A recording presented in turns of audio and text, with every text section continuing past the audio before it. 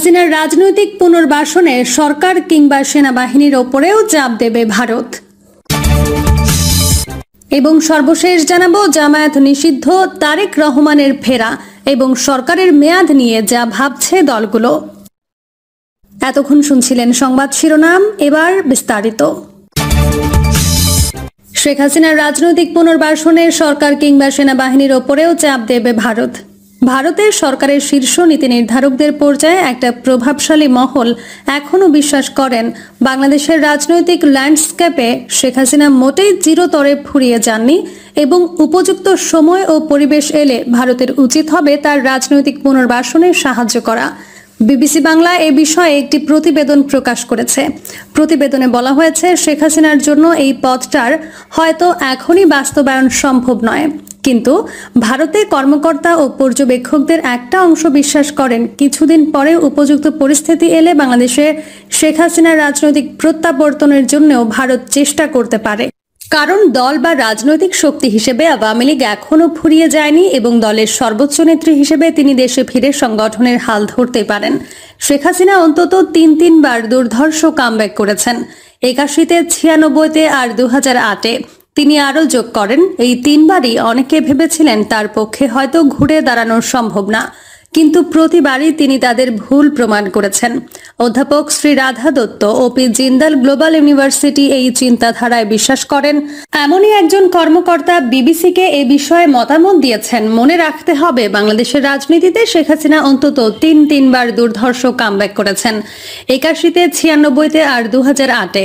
তিনি আরও যোগ করেন, এই তিনবারই অনেকে ভেবেছিলেন তার পক্ষে হয়তো ঘুরে দাঁড়ানো সম্ভব না, কিন্তু প্রতিবারই তিনি তাদের ভুল প্রমাণ করেছেন। তবে এটাও মনে রাখার প্রয়োজন, তখন কিন্তু তার বয়স অনেক কম ছিল, আর এখন তিনি 76 পেরিয়ে সামনের মাসেই 77 পূর্ণ করতে চলেছেন। সেটা কি কোনো বাধা হবে না?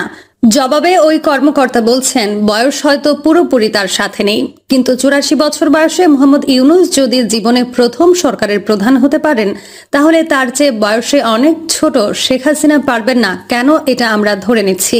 মোদ্দা কথাটা হলো, শেখ হাসিনা একদিন বাংলাদেশে ফিরে আবার আওয়ামী লীগের হাল ধরতে পারেন। দিল্লিতে একটা অংশ খুব সিরিয়াসলি এই কথাটা বিশ্বাস করেন। এটার জন্য ভারতকে দরকার হলে সেই দেশের অন্তর্বর্তী সরকারের ওপর এবং প্রয়োজনে সেনাবাহিনীর ওপরেও চাপ দিতে হবে বলে তারা যুক্তি দিচ্ছেন। তারা আরও বলছেন, আওয়ামী লীগ বাংলাদেশে কোনো নিষিদ্ধ সংগঠন নয়, সারা দেশে তাদের শক্তিশালী নেটওয়ার্ক আছে।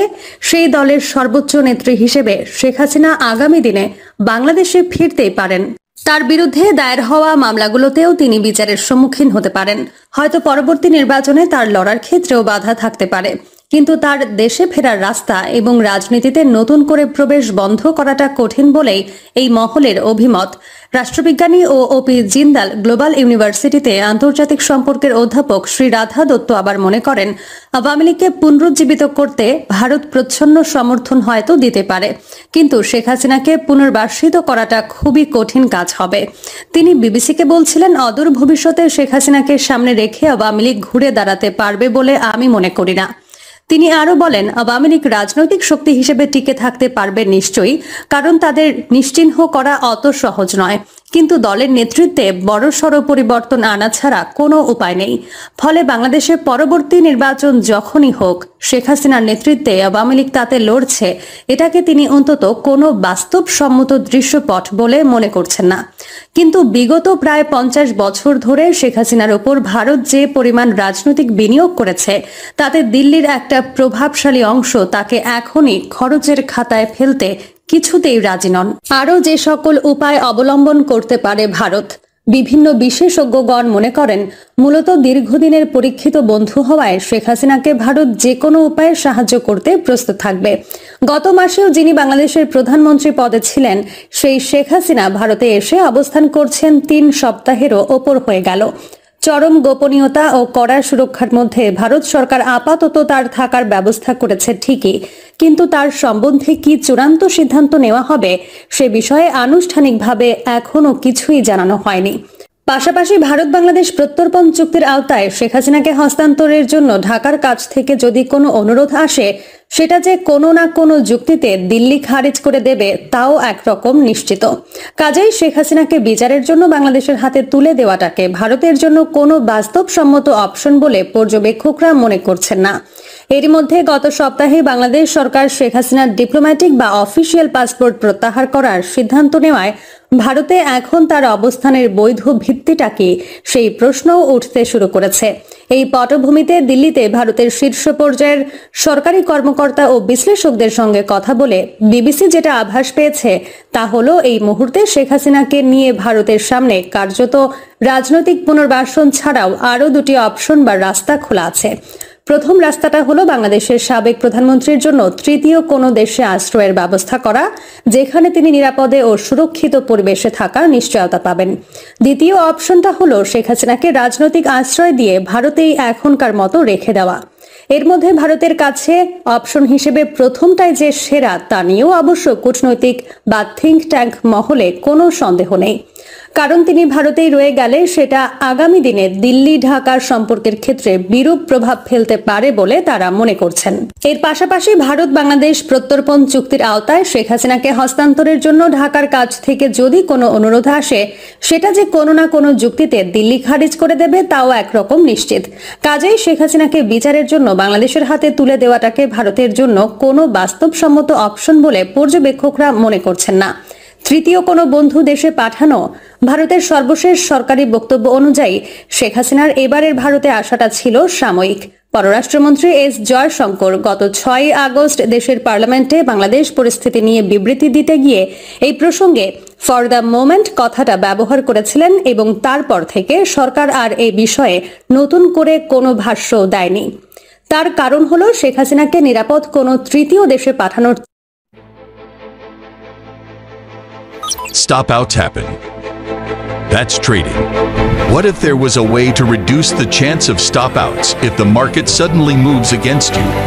There is.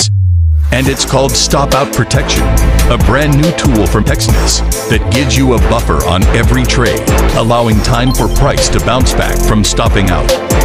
This feature has been proven to cut our clients' stop outs by up to 30%. Choose better protection. Choose Texas.